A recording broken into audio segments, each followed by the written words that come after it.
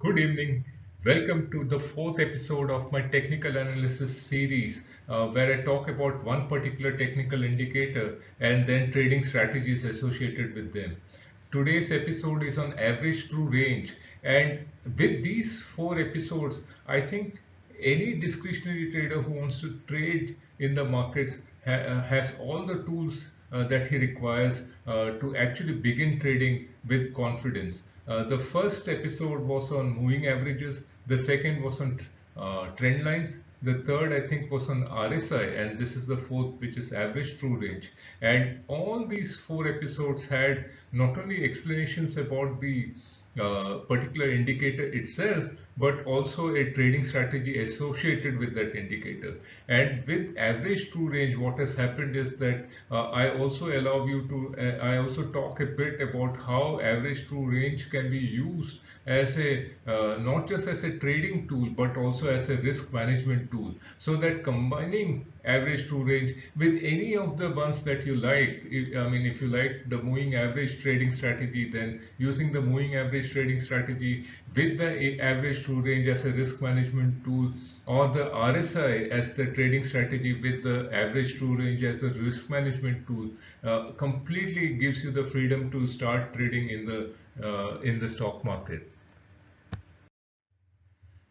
So we start off by talking about who created the average true range. This was actually created by J. Wells Wilder, the same person who created RSI. So as I have said in that episode of RSI, that J. Wells Wilder is for me the father of technical analysis. I mean, the kind of technical indicators that he has created has inspired generations of people. So the book in 1978 which he wrote was, I think, by far the best technical analysis book, given that he expanded the knowledge of technical analysis by such a huge amount in that period of time. So average true range was something that he created, and the very basic concept of the average true range is that it tells you it gives you an idea as to how much will a stock move on a daily basis between the high and low. So basically he said that the true range, there is something called a range, which is the high minus low is the range of a stock, but then there is this whole problem of a gap up or a gap down that a stock has regularly. So he said that the true range, which is not the range itself, but the true range is the maximum of the high of today or the previous close, whichever is higher, you take that number, minus the minimum of low or the previous close. So today's low and previous close. So he compares the high of today with the previous close and the high of low of today with the previous close. Why? Because to take into account the possibility of a gap up or gap down. So max of high or previous close means that if today the market has gapped down and today's high is actually lower than previous close, then we have to look at previous close as the high, not the high of today. Similarly, if the market has gapped up, then if today's low is higher than even yesterday's close, then when you say minimum of low and previous close, the previous close has to be taken, not the low of today. So using these two numbers, there is a very simple equation that he created and said that true range is nothing else but the max of high or previous close minus the minimum of low or previous close. And therefore, when you say that was the, if that is the true range, then the average true range is simply the average of the true range of whatever number of days that you want. So if it is 14 days, then you will say average true range of 14 days is the average of the true ranges of the last 14 days. And why we say 14 is because that's the default number that even Mr. Wilder used. But so that is the default today in all technical analysis software. You can change that. So this is basically what is average true range as a concept that was defined by Wells Wilder. So, I can, and so I will. I'll show you this. This is basically, this would be the range, right? This is the range between the high and low. This is the high, this is the low of the candle. So this is the range. But the fact is that today's low is actually even higher than the previous close. and therefore when you look at the formula, the min of low and previous close, so the minimum is this number, so the true range becomes high minus this. So therefore, this is how the true range works. The true range is either equal to the range or higher than the range itself. The range is just the high minus low. True range is always either equal to the range or higher than the range. In this case, it is higher than the range because the previous close is lower than this low. So this number, the high minus the previous close, is bigger than this range, this number, which is high minus low, and therefore the true range is, this is how the true range is calculated. So this is again another example. If you see this particular candlestick, then the true range is equal to the range, because this is the range high minus low. And if you calculate the true range by that formula, it will turn out to be the equal to this. But this candle, if you see, the range is just high minus low, but the true range is max of high or previous close, in which case this becomes the previous close, and this is the high, which is lower than the previous close. So the actual number, that is the true range, becomes previous close minus the low, which is higher than the range itself. And therefore this is how the ATR is calculated. It considers the possibility of a gap up or gap down. So forget everything, just understand that the average true range is not just the high minus low, but it also considers and adjusts for the fact that in a gap up or gap down, the previous close has to be taken into account. So we do that, and that is how we get an average true range. What does the average true range finally indicate? It indicates the tendency of a stock to move on a daily basis between the high and low. So it tells you that if the average true range of, say, Nifty today, for example, is 11,000, suppose Nifty is 11,000 and the average true range is 110, just because it is easy for us to calculate, then what is the average true range? It shows that the Nifty has a tendency to move 1% in a day between the high and low, because 110 divided by 11,000 is 1%. And so it just tells us that by knowing this number 110, we know that Nifty can move arbitrarily between the high and low by around 110 points. So a move of 110 points is just the normal range for Nifty. This tells us that if the normal range is 110 points, then if a day happens when Nifty moved by 200 points, then that's a significant day, because it means that it moved almost 2 times the normal range. These are the things that one can actually understand and infer if you know what the average true range number is. But the most important thing that the average true range has actually done is actually give us a way to find a way to understand how much quantity of a stock do we need to buy to if you have a particular capital. So suppose I'm a trader who is willing to risk 2% of my capital in every trade, and my capital is 10 lakh rupees, which I denote as C. The risk that I'm willing to take per trade is 2%, which I denote as R. Then, and the average true range is suppose 120 points for Nifty, and my stop loss on any trade is going to be 2 times ATR. Let us say that's the trading system I have, where I say that anytime I take a trade, my initial stop loss will always be 2 times ATR. Suppose that's the stop loss that I have. So it's not a stop loss based on any pivot or any kind of previous low. It is simply that if I buy Nifty at a particular level, let's say I buy it at 11,000, then I will be having a stop loss of 240 points, which is 2 times my ATR, and therefore I will say that anytime I buy, my stop loss will be 240 points below that trade level. So that is the stop loss that I have defined for my trading system, for example. Then I know that my total stop that I have is of 240 points. That's my stop loss. So the total risk I can take in my Nifty trade is what? 2% of my 10 lakh rupees capital. Why 2%? Because that is what I have defined. I want only to risk 2% on any particular trade so that I can continue to trade for a long time and let the probabilities of the system actually come forth and help me, so that I know that if I, as long as I stick as long as I retain my capital and my ability to trade, I will one day be profitable. So therefore, if I have kept 2% of my capital as risk, then I can lose 20,000 rupees on any particular trade.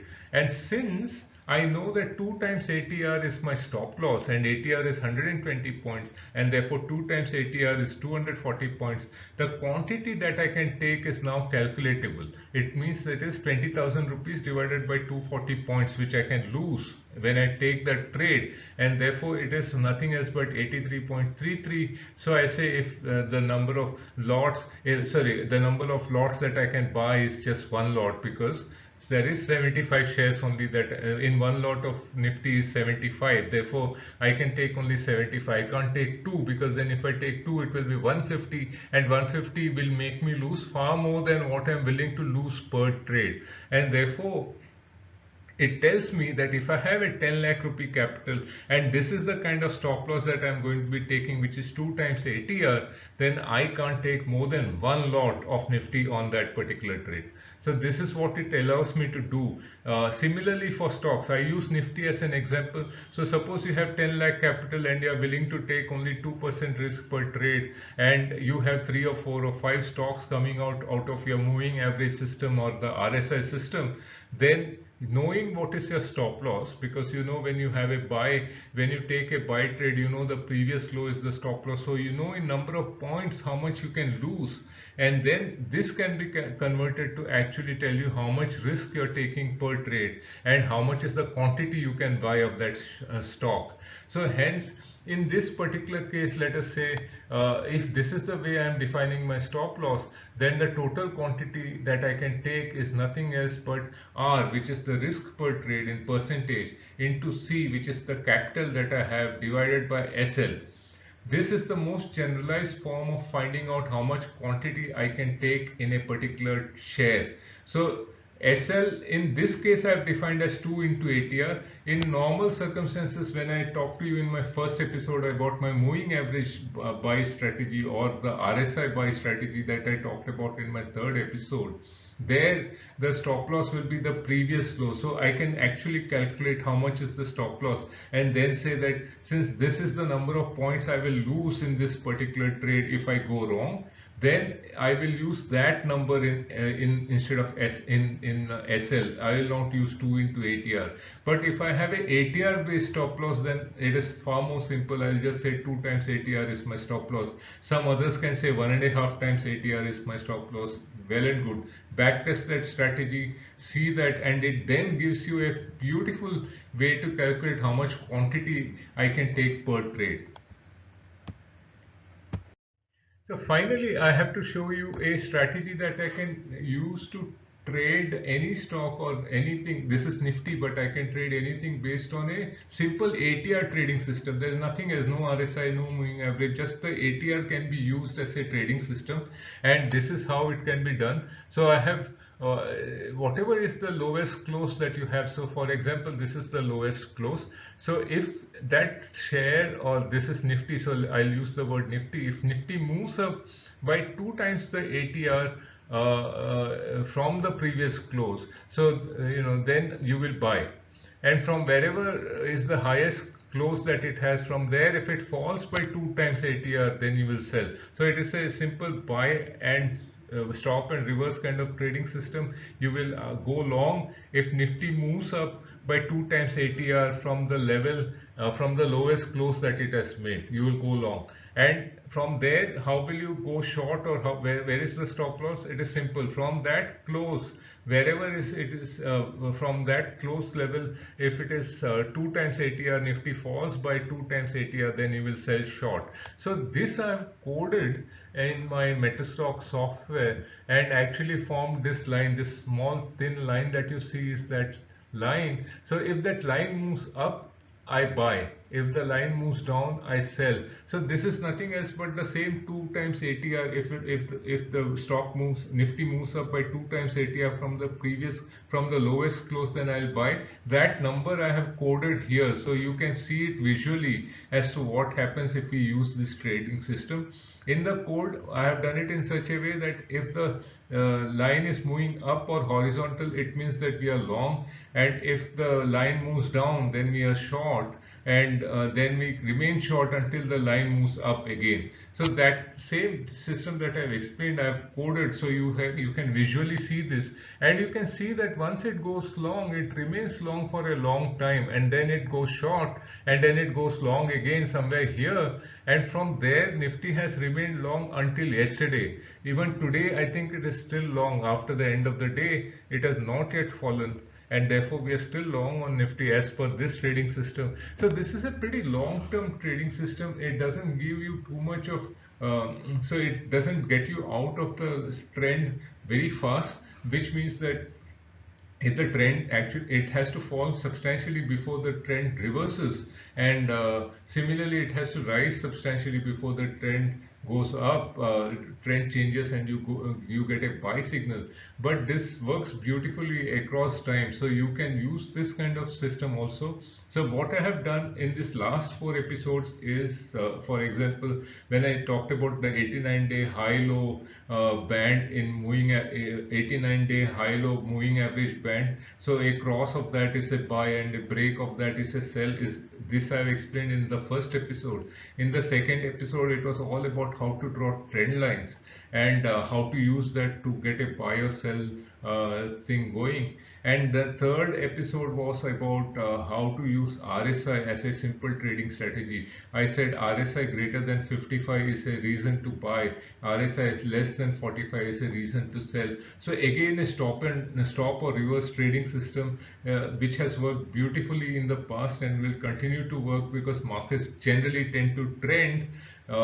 This trading system can be used. And finally, I have explained in this average true range how average true range can be used for 2 purposes. One is for the risk management itself, and 2, as a pure trading system to go long or short on any stock that you fancy. Ideally, I prefer Nifty, Bank Nifty and commodities because they are indices, and it's far easier to trade an index on a long or short basis. But you can do that for stocks also. A stock of your preference, a stock that you like. It could be an IT stock or a pharma stock, or even a stock which is not in the future segment. Say for an example, somebody talked to me about a Laurus Lab or a Aarti Drugs. All of them you can put this to test in the 89-day high-low moving average system, or a RSI 55, cross of RSI 55 for buying. Check those 4 videos out. Any of these favorite stocks of yours, if you look at it, you will find that these systems would have given you a buy and made you hold on for a very long time, and therefore you would have made far more money trading it in conjunction with this system than by just purely listening to advice from others.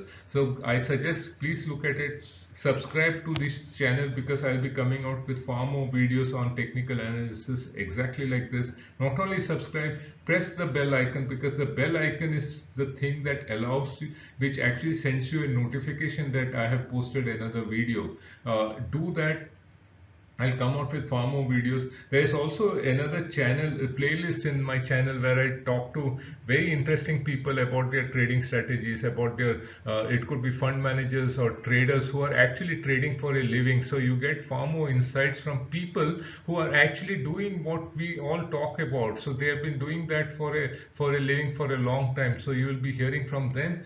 There is also another playlist in this same channel where I talk about all the psychological aspects of trading. So using stories from films or mythology or from books and sports, you will be hearing far more of that. So so actually press the bell icon, subscribe, press the bell icon, and you will hear far more from me in the future for sure. So I've already talked about it. I'm just giving it again. So ATR is just a tendency of the stock to move on a regular basis. It therefore is a good way to keep a stop loss. I keep typically 2 times ATR. 1.5 times ATR also works pretty well. So there is this. Finally, I talked about a trading system where I said that buy if the price crosses the lowest close plus 2 times ATR and sell if price falls below the highest close by 2 times ATR. This following this simple rule is good enough to actually make money in the market. If you liked what you saw and you want to be notified about our new videos, then please show your love by subscribing to our channel. Please don't forget to press the bell icon too. Don't forget to visit www.themoneymojo.com for more on our training programs, podcasts and blogs.